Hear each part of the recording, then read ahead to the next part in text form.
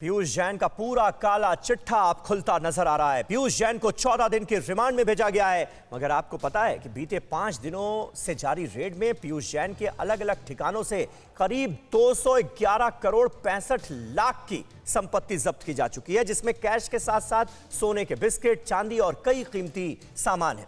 जानते हैं कानपुर के इस करप्शन किंग ने अपनी काली कमाई को कहां छिपाया था। दीवार में, लॉकर में, अलमारी में, तहखाने में, फर्श के नीचे, सीलिंग में, सीढ़ियों के होल में, ताकि किसी को इसकी भनक ना लग सके। मगर एक एक करके पीयूष जैन के गुप्त खजाने और ठिकाने का खुलासा होता गया। और मुमकिन है अभी तो ये सिर्फ एक छोटा सा ट्रेलर हो, क्योंकि अभी और चौंकाने वाले खुलासे सामने आने बाकी हैं।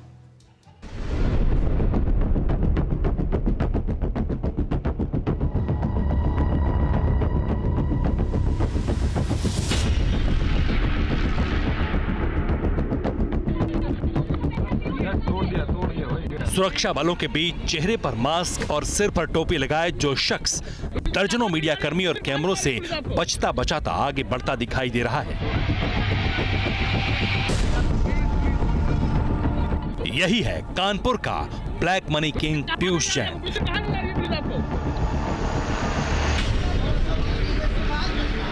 जिसे आज कानपुर की महानगर मजिस्ट्रेट कॉर्पोरेशन की कोर्ट में पेश किया गया और इसके बाद पीयूष जैन को 14 दिन की न्यायिक रिमांड पर भेजा गया।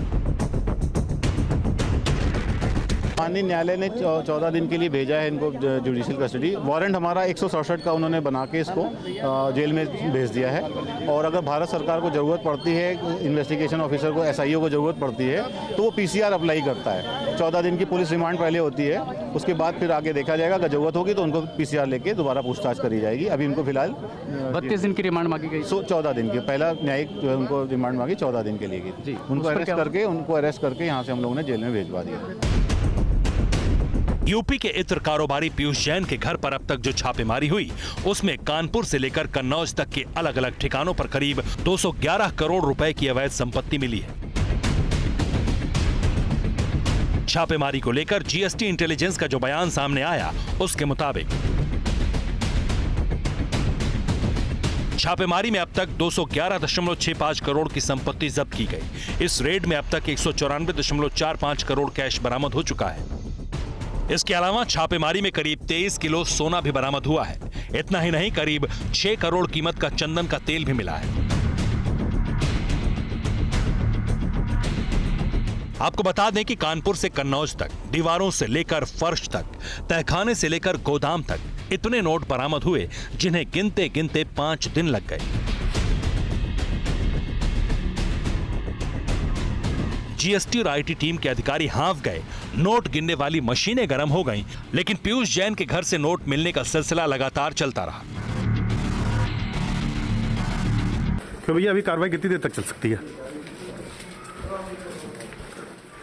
आज शाम तक खत्म हो जाएगी कि भैया और आगे कुछ बढ़ेगी? अभी कुछ नहीं बता सकते। 23 दिसंबर को इत्र व्यापारी पीयूष जैन के घर पर पहली छापेमारी हुई और तब से लेकर अब तक रेड जारी है। कानपुर के जीएसटी और आईटी की टीम कन्नौज पहुंची। वहां पर भारी तादाद में कैश, सोना चांदी और बाकी कीमती सामान बरामद किया गया। बक्सों में भरकर नोटों की गड्डियों को बैंक तक पहुंचाया गया। नोट गिनने के लिए दर्जन भर से ज्यादा मशीनें लाद कर लाई गई।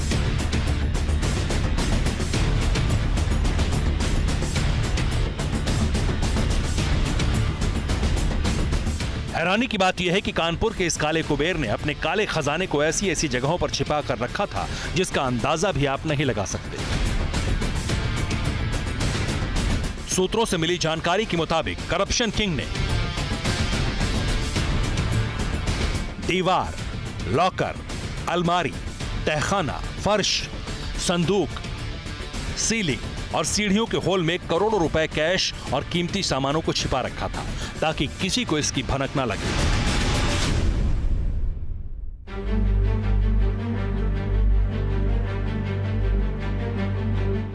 आपके सामने सोने का जो बिस्किट दिखाई दे रहा है, इसका वजन करीब 1 किलो है।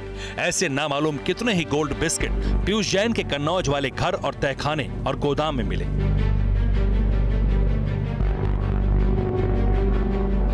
इसके अलावा 9 ड्रमों में चंदन का तेल भी छापेमारी की टीम ने बरामद किया, जिसकी बाजार में कीमत करीब 6 करोड़ रुपए आंकी गई है।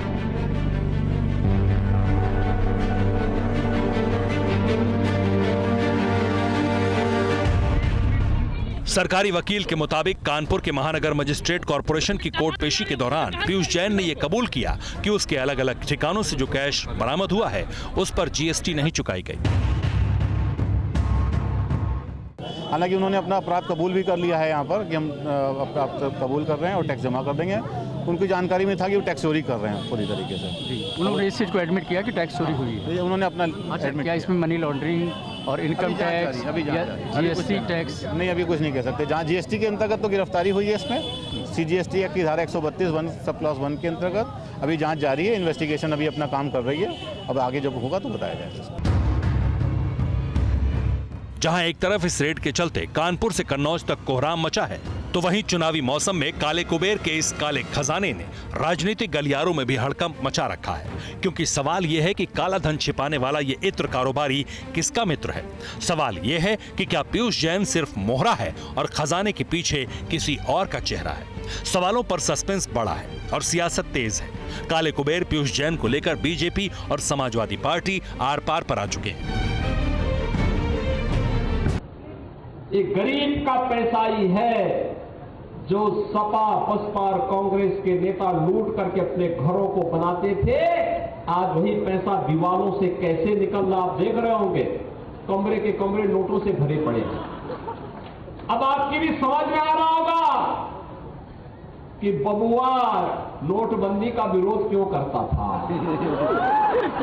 उत्तर प्रदेश के कानपुर में जिस तरह से काले धन का जखीरा मिला है, वो काले धन का एक एक नोट चिल्ला चिल्ला के चीख चीख के कह रहा है केंद्र सरकार, भारतीय जनता पार्टी, आपकी नोटबंदी की जो पॉलिसी थी वो फेल है, फेल है, फेल है। काला धन आज भी जिंदा है। इन आरोपों प्रत्यारोपों के बीच काले कुबेर के काले धन की रियलिटी क्या है, उसका किससे कनेक्शन है, इस पर बहस छिड़ी हुई है। अब ये देखना होगा कि 14 दिन की रिमांड में पीयूष जैन कौन कौन से राज उगलता है। इतना पैसा कहां से आया, कैसे आया, किसका पैसा है, इसका किससे क्या कनेक्शन है, हर सवाल का जवाब पुलिस को तलाशना है। कानपुर से उमेश पाठक के साथ ब्यूरो रिपोर्ट, TV9 भारतवर्ष। अड़ी सोमवार से शुक्रवार शाम 6 बजे सिर्फ TV9 भारतवर्ष पर।